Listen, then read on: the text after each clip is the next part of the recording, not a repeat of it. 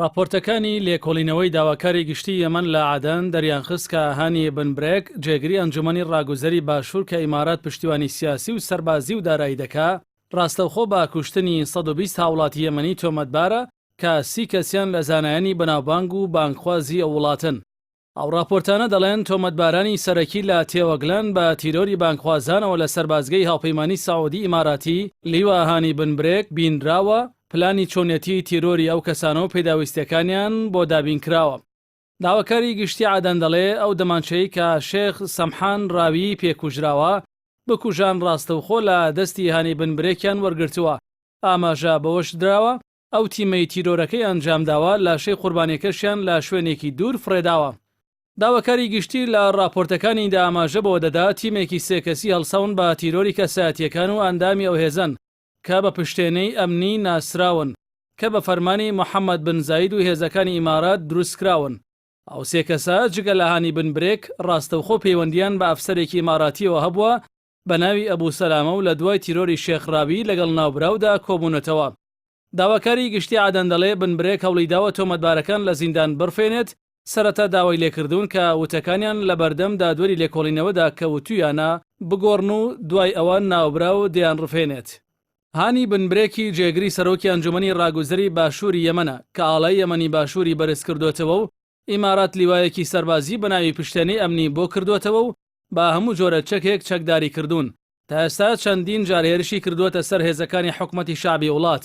ئەوە بوو لە دوای ئەوەی لە ناوەڕاستی ئابی 2018دا لە ئەنجامی تاقەکردنیە و هێزانە لە ئاهەنگی دەرچوونی ئەفسەرانی سوپای یەمەنیدا چەند ئەفسەرێکیان کوشت و بریندار کرد.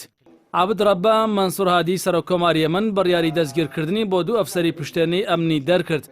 بەڵام بن برێک هەرەشەی لە سەرۆکی وڵات کرد کە نەک ناتوانێت دادگای ئەفسەرەکانی بکە بەڵکو دەبێت بزانێت ئەو دەستگیر دەکرێت و دەدرێتە دادگا. ئەو ڕەفتارەی سەعودیە و ئیمارات دەری دەخە کە بیانووی پشتیوانی لە شەرعیەت لە یەمەن و جەنگی سەرە و وڵاتە لە ڕەفتاری 5 ساڵی ڕابردوویاندا بە درۆ دەکەوێتەوە چونکە ئەوان لەلایەک هێزی دژ بە حکومەتی شەرعی دروست دەکەن کە دایانەوەی لە یەمەن جێ ببنەوە و جارێکی تر پارچە پارچەی بکەنەوە لە لایەکی تریشەوە بە بیانووی جەنگی دژە تیرۆرەوە بە هەزاران کەس دەگرنەوە دەکوژن و با خراپترین شێوە ئەشکەنجەیان دەدەن کە راپۆرتی ڕێکخراوە نێودوڵەتیەکانی مافی مرۆڤ با شێوەیەکی بەربڵاو ئاماژەیان پێدەدات. بن برێک بە بیانی و دەژایەتی کۆمەڵەی ئیسلاحی یەمەنی کە بە باڵی ئیخوان موسلیمین یەمەن ناسراوە لە تاوانەکانیدا بەردەوامە. سەعودیە و ئیماراتیش نەک بێدەنگن لە کارە تیرۆریستیەکانی باڵکو بە پلان و دارایی و چەک پشتیوانی لێ دەکەن چونکە ئەو دوو وڵاتە بە شێوەیەک خۆیان کردووەتە دوژمنی ئیسلامیەکان بۆنی هەر ئیسلامیەک بە مەترسی دەزانن بۆ سەر ڕژێمەکانیان بە تایبەتی سەعودیا هەر مۆدێلێکی جیا لە مۆدێلی دامەزراوەی دینی وڵاتەکەی بە دوژمنی ڕژێمەکەی دەزانێت و دژایەتی دەکات. تەنانەت بە بێلایەنی زانایان و بانگخوازانی ناوخۆی وڵاتەکەی ڕازی نییە و بێلایەنی بە دژایەتی سیستمی دەسەڵاتەکەی مانا دەکات.